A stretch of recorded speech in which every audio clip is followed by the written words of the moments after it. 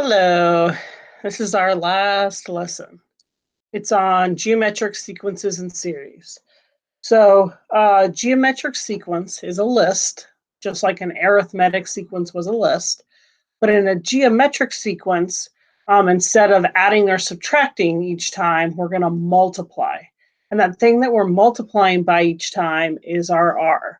So in this case, in this example I wrote here, 3 times 2 is 6, 6 times 2 is 12, 12 times 2 is 24, 24 times 48, 24 times 2 is 48.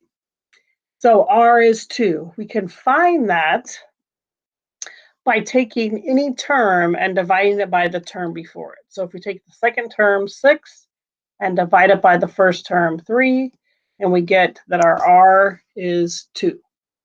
To find the nth term in a geometric sequence, we take the first term and we multiply it times whatever this R is in minus 1 times.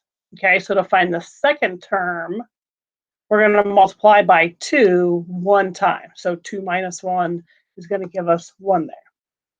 A finite geometric series, finite means it stops. We want a certain number of terms. There's also an infinite geometric series. That's not covered on this Edgenuity course, so you don't have to worry about it. Anyway, so series again means we're going to add. So the sum of the first n terms is the first term times 1 minus r to the n over 1 minus r. So we only ever need to know two things. What is r? What are we multiplying by each time? And what is our first term? Okay, and then we can find any of the terms and or the sum. Okay, so you got to know those formulas. Make sure you have them as you're working your problems. So here's a few problems. Determine the common ratio, so that's r, that's what the common ratio is, and find the next three terms. We got to find r first. So r, I'm going to take the second term, 3 square root 3, and I'm going to divide it by 9. And then I'm just going to simplify. So that reduces to the square root of 3 over 3. So that's my r, and that's the first thing listed. It doesn't say r equals up here. It just lists that as the first thing. That's not this, and that's not that, but that is either C or D. Okay, next, I need to find the next four terms. So I'm just going to multiply to find the next three terms. To find each term, I multiply the term in front of it by my r. So if I take 3 and I multiply that times square root of 3 over 3, I get square root of 3. So the next term in this sequence is the square root of 3. And then if I take the square root of 3 and I multiply it times my r, I get 3 over 3, which is 1. That's the next term. And then finally, 1 times square root of 3 over 3 is just square root of 3 over 3. And that's this term here. There we go. I can also use this formula, but it makes it, I think it's easier just to, if you're finding them in order, just to multiply by whatever your r is. Okay, in this problem, I want to find a sub 1, the first term, when I know what r is and I know what a sub 5 is. So a sub 5, I'm going to plug that in here. A sub 1, that's what I don't know. R is negative square root of 2. And then n is 5, since that's the term number I plugged in here. So I plug in that. Now, next I need to do a little simplifying. So over here, there's nothing to do. I'm just going to rewrite that. Over here, I have the negative square root of 2 to the 4th. So we can use calculators or just multiply this out. Square root of 2 times square root of 2 is 2. And square root of 2 times square root of 2 is 2. Okay? And since when I'm squaring them, the negatives become positive. So 2 times 2 is 4. So this is the same thing as for a sub 1. So just divide each side by 4.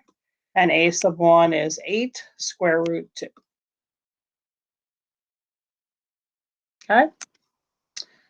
Let's look at the next one. Here I want to find the sum. So that I'm going to use my sum formula of the first 7 terms. So the sum of the first 7 terms is, that's supposed to be a 7, sorry. The first term is 6 times 1 minus r. I don't know what r is, so I'm going to go over here and find r. So r is the second term, negative 12, divided by the first term, 6. So I get negative 2. This is going to be negative 2 to the 7th, okay, over 1 minus negative 2. So be careful with this one. Unless you happen to have like a fancy TI-84 calculator at home where you can put all the parentheses in. Otherwise, I would do this one step at a time, okay? And then, let's see, 2 to the 7th. Okay. I found myself unprepared, so I apologize. 2 to the 7th is 128, okay? And so negative 2 to the 7th is negative 128. And this becomes 1 plus. So I have 6 times minus a negative makes it positive 129, all divided by 3. And so my answer is positive 258. Okay, so we just got to use the formula, plug in the numbers, and then be careful with the calculator here. Okay, last one, geometric means, just like we had arithmetic means. That means it's the terms, however many there are, between the two terms we're given. So I want to find the two missing terms in this geometric sequence. So this is my a sub 1. This is my a sub 2, 3, a sub 4. So in order to find the second term, a sub 2, I take the first term, negative 12. I multiply it by r. I don't know what that r is. But when I plug in 2, I know what that is. So the problem is here that I'm missing 2 things. So I can't solve this. But if instead I use this formula to look at a sub 4, so a sub 4 is negative 324. I know what that is. A sub 1 is negative 12 times, I still don't know what r is, but that's okay because I know what everything else is. When I divide both sides by negative 12, I get 27, and that is r cubed.